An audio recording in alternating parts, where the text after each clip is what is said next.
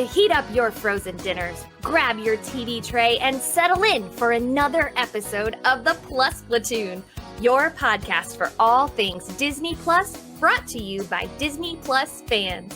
Watch along with us every week as we cover all the new, the old, the good, and the bad on Disney Plus.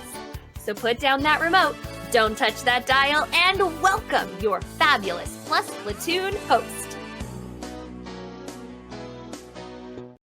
Hey everyone, welcome to the Plus Platoon. We are a Disney Plus fan podcast that gives honest, spoiler-filled reviews of movies and shows on Disney Plus. We'll look at new releases, coming attractions, and we'll even go back into the vault to revisit some of the classic Disney that's on the platform.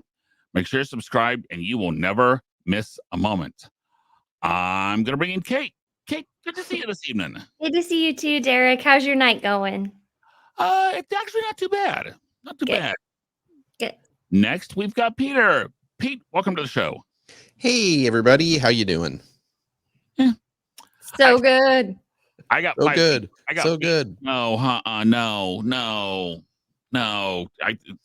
She started it. Preliminary. No, but yeah, she said so good, but then you continued it. So I started it. When someone says that, you're already on drop down watch. Steve, back me up here. Come on. Just ignore them. You have to do the silent mode. Again, how do I ignore them? Drop them. How I drop them or mute them. Exactly. Guys, if you have not already, please like, subscribe, share. We got some fun shows coming up, including a movie next week that I have not watched in probably 30 years. Ooh. So that'll be interesting to see. So a recent movie then. Yes. Yeah. So this week we are going back, and as we do, there's always series that have come along that we just did not have time to get to watch. And this show, we're going to go over those. Some of them are big, some of them are rather obscure, but we're going to go with this. Now, first one we're going to talk about is this little art house one called Star Wars Bad Batch or something. It's a cooking show, right? Where they like they get unprofessional cooks and they it's a bad batch of blue milk. I'm talking right. So I gotta bring Gina in on this one. Steve and Kate, did either of you guys watch this? Nope. Okay, then I'm going to say goodbye to you guys for a while, and I'm also going to step out too. But I do have a timer running, Gina. So okay, I'll talk quick. You go first, Gina. I'll go first. So let me just say this is the continuation of the Clone Wars series that we watched. It's the Bad Batch. They're the Clone 99. Execute Order 99. They did not have the chip. It didn't work. So they had their chips removed. Anyway, we're here now with Omega, trying to find out what is her deal. I gotta say, I love Omega. I love that they brought in all of the past characters from Clone Wars. Can we say Ventress? Oh my gosh, I was so happy when she came on. So, and Fennec Shan. That's my 2-second review. I think this was so great. Yeah, I mean, this is the third and the last season, and I do like this is kind of a time period we haven't seen before in Star Wars, which is right after the Emperor came to power, and he's using that power to get rid of all the clones and everything like that. And so it does make a really excellent follow-up to Clone Wars if you're a fan of that show. So you got to be a pretty deep Star Wars fan. Yeah, you have to. And I think you also need to have watched some of the Boba Fett to know about Fennec Shan. You should have watched a little bit of even the Rebels, so you know more about Rex. It's just a lot of, you have to know your deep dive Star Wars. I think you can get away without knowing those characters. I do think you have to have Clone Wars in your for in your belt. For sure. For Rex, yeah. Echo. Yeah. Oh, there was something else I was going to say that was so... so we also had the Emperor himself show up, and it was voiced by Ian McDiarmid. And oh my gosh, I had to look it up. I was so happy. Yeah. So. Yeah, no, it's been a good series. I think Omega has been a real standout as a character, interesting character. She's a female version of the clones that are all clones of Jango Fett. Jango Fett. Who's Boba Fett's Boba Fett is also a clone of Jango Fett. But I also think like they've done a real good job with the Bad Batch, and I really like this season kind of the redemption of Crosshair, which is one of the clones from the group that had stayed with the Empire, but then staying with the Empire, he saw how they were basically treating the other clones like trash, and he ended up in a prison with Omega. Omega is like a child too. The only thing I would say, do you have any negatives, Gina, for this show? I have one. So Okay. I don't bring back the M count. We thought we got rid of that M count, and it appeared back in, and I really was not happy having that whole conversation. M count, like the midichlorian stuff. Yeah. The midichlorian Oh. stuff, yeah. And especially it felt like a retread of the Mandalorian series where they kind of had Grogu, was like they captured Grogu to do clone stuff, force people that are strong in the force, and so it's kind of like a retread of that. The other thing is some of the episodes are really filmed dark. Yeah, that's true. Yes. And I don't get that because it's animation. It's not like I don't think it's cheaper to film it so dark that you can't see what's going on. Yeah. Not all the episodes, but certain episodes have taken place on like a dark plant, a plant that's nighttime or whatever, and it just like, can you just show me what's going on? This is not a good stylistic choice. So but overall, if you're a fan of the Clone Wars, this is definitely for you. If you're not a deep Star Wars fan, I would say no. Pass. I would say pass for sure. Yeah. I agree. Okay. So I'll pass. But something, I'm glad the deep Star Wars people, because heaven knows we haven't had enough deep dive Star Wars. No, not enough. Okay, well, thank you, Gina. Bye. Next, I want to I'll bring everyone back up. And Steve, we're gonna hit the one you had hit, the Launchpad shorts. Pete, have you watched any of the Launchpads? No, I am interested to hear about him. Okay. Kate, do you see any of the Launchpads? Nope. Okay, we'll catch you here in just a second. Yours is coming up. So, I did watch the Launchpad shorts. Steve, what are your thoughts? And you're muted, Steve. So, there we go. I'll keep talking for filler while it's going on. For me, the Launchpad shorts, I was kind of disappointed. It had nothing to do with DuckTales. So, okay, there's Steve. There. All right. So the Launchpad actually is a program where they take writers and directors from underrepresented backgrounds, and they get to, if they are successful with their application, they work with Disney executives for a year to basically produce a 20 to 30-minute short. There's two groupings of these. The first year, the theme was Discover, and then the current selection, their theme was Connections. Sort of an anthology series, but I wouldn't say that any of them really go together. They're all sort of unique stories that stand on their own. Some of them are done really well and are interesting, and some of them are just not really my cup of tea. From the first series, one that I liked was Being Served, which was about the Chinese student who was at looked like a prep school and who was trying for a leadership role in the dining room. I really liked that one. I also liked the one that was about the student who had to go to school on Eid, because I have lots of Muslim students. So for me, that was sort of an interesting perspective to hear about that side of the story. What are your initial thoughts, Derek? My initial thoughts, I, for the most part, liked them.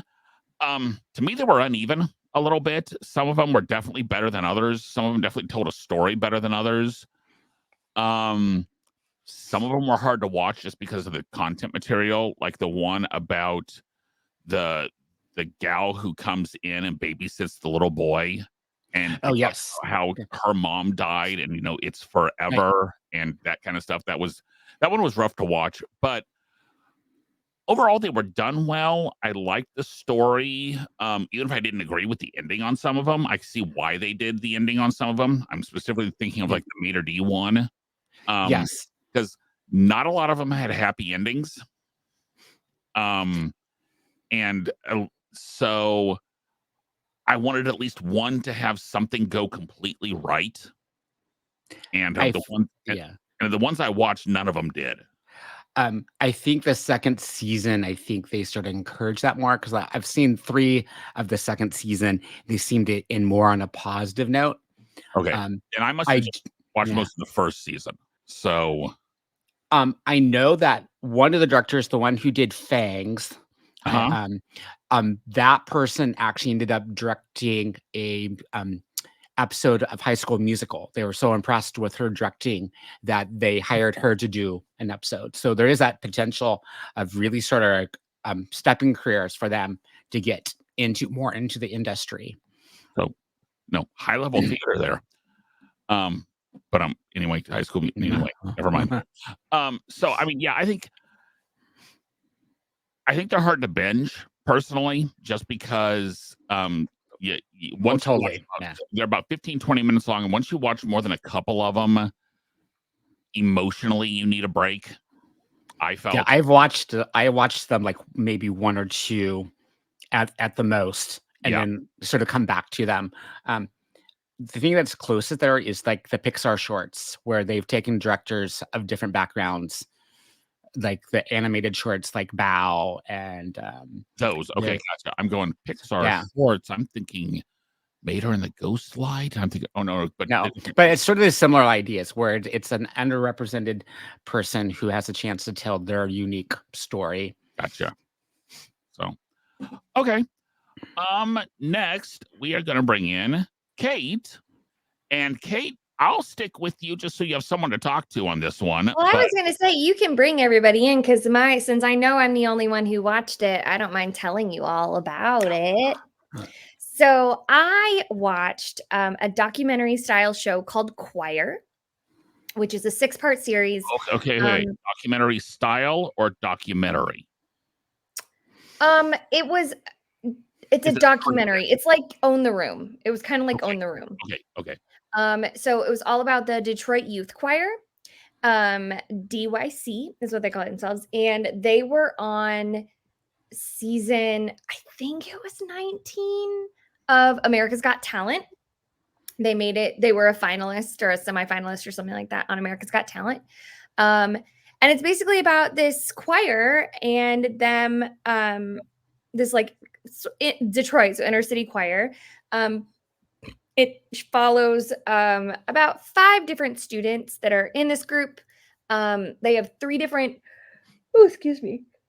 They have 3 different groups in this company, more or less. The highest one is called Primetime, and Primetime is who went to America's Got Talent. Well, they find out in the 2nd or 3rd episode, I think the 3rd episode, that they have been invited to sing at Carnegie Hall.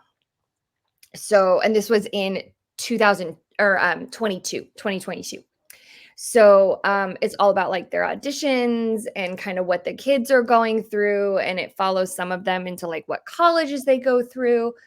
I really enjoyed it. I also grew up doing show choir because they aren't just a choir, they also like dance and sing and stuff. I really enjoyed it. I don't know if you all would have enjoyed it because it did have some Own the Room feel to it. But they make great music. I liked watching. Oh my goodness. Sorry. There's 2 girls in particular, and of course I'm not good with names. You all know that. So I'm not gonna be able to name them, but they just have this really beautiful friendship, and they're just cheering each other on. And they're like, if I don't make it to primetime, I really want my friend to make it to primetime. And like they were probably my 2 favorites. It also follows one other girl who's trying to choose between DYC and basketball. And it's a really tough decision because she's really good at basketball. So it just shows it was just very human. The directors of it were very honest, which I liked a lot. I have actually sang at Carnegie Hall. I did my junior year of college. So them going through like the rehearsal process and joining together with other choirs and stuff that was really cool for me to see because I did that. Wichita State partnered with Vanderbilt University to premiere a Requiem my junior year. So it was really cool. So there's in the 5th episode, obviously they go to New York to sing at Carnegie and they meet some of the cast of The Lion King because they went and saw The Lion King, and then The Lion King, a couple of Shenzi, and I can't remember what the guy played. Probably Simba, but I don't remember. How did they arrange that, I wonder? I mean, That's wait, are fun. you being facetious? Oh, okay. Oh, come on. Really? It's not a So yeah, and like they sang in Times Square, and then the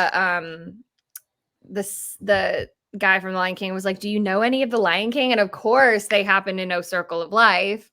Oh, so too? Yeah. So yeah, so it was really good. It probably could have been a little bit shorter. They probably could have shortened it by one whole episode. I think they kind of drew it out, especially when they got to New York. It was that part, like the last 3 episodes where I feel like really drawn out. They could have consolidated that a little bit. Because it is 6 hours or 6 episodes, and each episode is 45 minutes. So the conclusion was just them playing at Carnegie performing Hall? at Carnegie. Okay. Performing at Carnegie, and then a bunch of the seniors graduating and the auditions for the next year. So it was good though. It was good. Again, I don't know if you all would like it. I really enjoyed it though. So that's choir. It's good. So what better than Own the Room would you compare it to? Yeah. And it's not necessarily a Disney thing, but like what other things that you've watched would you say similar to? Derek, what are some other documentaries we've watched? Look at the list. Well, I know we've watched Jane, but No. everything's been better than Jane. Maybe like, and maybe even not stuff we've watched on here. We did Race to the Center of the Earth. We did like that. The Will Smith Welcome to Earth. Nobody liked. No. Polar Bear. Nobody liked. The Cars on the Road. We kind of liked. We had a lot of clunkers for documentary series.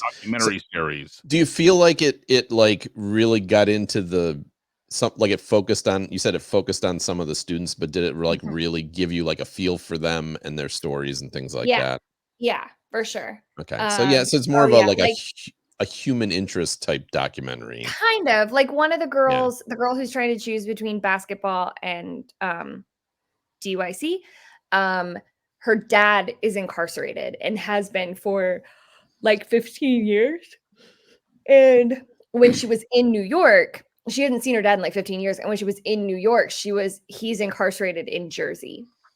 And so she talks about like, this is really hard because I'm so close to my dad and I can't see him. So it definitely shows the humanity side of it. It shows kind of the inner city side of it, because most, if not almost all of the students are African-American. And there's a part in it where, they join with these other colleges to sing at Carnegie, and because they were asked to be the opening group. Oh my goodness. So sorry. I don't know why. It's because I'm talking so much that my body's like, breathe, Kate. But they go into this rehearsal and like they have to sight read music, and they were trying to prepare these students for sight reading because they knew that they hadn't done classical music. They'd only really done pop and hip hop music. Right. And so there's one part after the rehearsal with everyone that the director says, people feel like we're not supposed to be here. Let's prove them wrong. And it just shows how hard the grit that they work with. And it's not afraid to show, like, there's one part where the director's like, you can go sit down if you're going to be disrespectful, if you're going to talk when I'm talking, which is something I feel like a lot of times rehearsals don't show. But yeah, it's good. It's good. Good. I Glad to enjoyed hear it. it. So Okay. good, Kate keeps yawning when talking. I know. Well, I'm trying to think of a documentary that I would compare it Okay. to. How about something like a cooking like a cooking documentary or anything like that? As far as like the series of, I'm thinking, do you guys remember that show that was on right when Disney Plus came on, where the girl from Frozen, Kristen Bell, and they did like they went, reunions of different high school. Yes. I cannot remember the name of the show. I but didn't watch it. Oh, you didn't But watch it? yes, Okay. it's kind of like that. It sounds a little like that, except in Yeah. that case, each episode focused on a different group of people. Right. So they didn't really get that in depth in the people, which I think would have been better if they could. Yeah. So Yep. that makes sense. it sounds interesting. Kate, have you seen The Last Repair Shop? Not yet. It's on my list. I'm wondering if it's like that, because it's sort of about the repair shop, but they really focus on sort of the human interest story, the person behind it, and sort of their journey. So yeah, that sounds like it would be comparable. Okay. So it was good. Okay. And the last series that we're going to talk about, that I'm going to talk about, is one that's called Earth Moods. And this was different. It is essentially different shots of, like, they've got ocean, they've got city, and they've got forest, and those kind of things, of just real pretty National Geographic things, either as screensavers or designed as like you put it on to like yoga or meditate to or something like that. And the best way to watch it was on mute, because the music it sounded like bad elevator music to me. It was way too just, the pictures were phenomenal.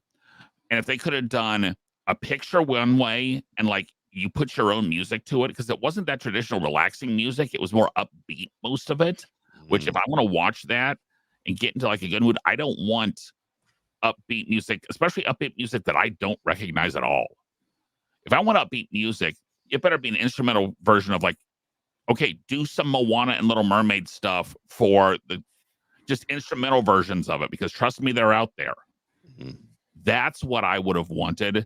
The pictures are great, but don't, guys. And they're 15 to 20 minutes each, and it's not designed to be watched as a series, but it's out there. If you want to just sit and look at some pretty pictures, you need some pictures going in the background while you're working. Awesome. Otherwise, don't. So Interesting.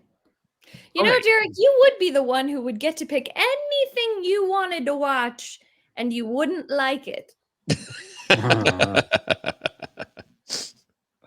Well, I mean, I'm just, I tried to pick something that was like completely different from anything you three had watched. Right. That's fair. Series. That's fair. And realistically, it had to be short enough that I could watch it in a semi-condensed amount of time. So, all right, Kate, what have we got for the Disney Plus news this week? Disney Plus news. Not very much. A restored version of the Beatles documentary Let It Be will be released on May 8th. It chronicles the end days of the band. Didn't we already have something like this? That was Get Back. Like, it was like a 16 hour. Oh, wait. Anyway. Yeah. So Get Back was, it's like 6 hours of footage. It's the same, like that documentary was what actually came out of it. And Peter Jackson took all the footage and basically cleaned it up, and then ended up making like a 6 hour documentary.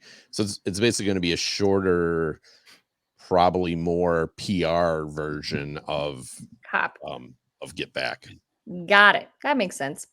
Next up, Queen Rock Montreal will join Disney Plus on May 15th. It is billed as the first concert film available with IMAX sound with DTS audio. The concerts were filmed in 1981 and were set up specifically to be filmed for a concert film. Disney is also releasing other movies in the IMAX sound format, including most of the MCU. And I can guarantee this will be on the list, because I don't care if the visuals are terrible. it's the original. It's Freddie Mercury and Queen singing in 1981, which was their prime. Yeah, this A little past, but yeah. I've seen this. It's not in IMAX, but I was a big Queen fan in the 80s. Even though, I mean, right now you look back and like they're a big band, a lot of people like them, but at the time they weren't like their singles were popular, but they weren't super popular in the 80s in America like they were in Europe. And but I had all their albums and everything, and this is a great show. It's a great show. I was a big Dairy Queen fan in the 80s. Oh, yes. Yum. Dilly bar. Yeah. Oh, dilly bars are so good. Yum. Okay. And last but not least, Disney is considering adding ad-supported, always-on channels on the service. This idea is so new, nobody has done this except everyone broadcasting a TV channel. You're welcome. They're literally going to put TV channels on there so people can, which tells me that cable TV will never die. You're not wrong. I mean, and that's it for the Disney Plus news. I mean, that's just one of those where, really, you're just going to give us TV channels? Seriously? Well, and in the end, this is what's going to the only good thing about streaming is, and the problem with cable was always you had to buy everything, and they would never give you the option of a la carte. And they're still not quite going to end up like that, because you're going to end up with like things like HBO channels that can't go by themselves, that they have to go together. Right. So yeah, so you'll still have Disney is going to have Disney and Hulu, and you're going to end up having to buy these things together, but at least it might be you don't have to. But you know, in the end, they're going to get your money. Yeah, let's be honest, they're going to get our money. Yeah. So, okay, next week, as I said, I have a movie I have not watched in probably over 30 years. We're watching The Rocketeer. Yeah. Kate, have you ever seen this? Honestly, I don't think so. When we were talking about it before, I don't think so. Maybe years and years ago, but I don't think so. I remember very specific parts of it that are both good and not so good. So I saw it in the theater, and I think that's the only time I ever saw it. Was this like 1990 or something like that? 99, yeah, that era. Yeah, so it was when I was in college. 91. Yeah. I definitely saw it in the theaters. I agree with what you said, Derek. I remember liking parts of it and not liking other parts of it. There are some definite, if you saw it in the theaters, there are some different bathroom break parts in it. I never take a bathroom break when I'm in the movie theater. I mean, what's my empty Pepsi cup for? Come on. And on that note, if you have suggestions, I did during Way of Water because you couldn't help it. Guys, if you have suggestions on what you want us to watch, we're always open to suggestions. Haven't been getting many lately, so pretty much if you give us a suggestion, we'll use it within reason. Unless it's Jane. No, yeah. That individual has lost choice privileges on this show. So, guys, if you want to get a hold of us, yes, you can email us. We are on Facebook, YouTube, X, Twitter, Instagram, Carrier Pigeon, whatever. We'll get back with you if you get a hold of us. We've got new shows coming out every Thursday on YouTube and all the major podcasting shows. For Kate, Steve, Pete, Gina in the background, we will see everyone next week. Bye, guys. Bye. Bye. Thanks for watching this week's episode of the Plus Platoon. Be sure to subscribe to the Plus Platoon podcast to keep getting great content each week. Then head over to Apple Podcast and leave those 5-star reviews, as they help make the Plus Platoon visible to even more Disney Plus fans. Also, go to YouTube and like and subscribe to the Plus Platoon channel, where you can watch all future episodes live. If you have a question for the Plus Platoon, please send us an email to plusplatoon@gmail.com or connect with us on Facebook, Twitter, or Instagram @PlusPlatoon. The Plus Platoon is a Disney Plus fan podcast and is not affiliated with the Walt Disney Company or the Disney Plus streaming service. All opinions expressed on the show are solely those of the individual hosts and in no way reflect the views of the Walt Disney Company. Thanks for watching, and be sure to stay tuned for next week's episode because the Plus Platoon is to be continued.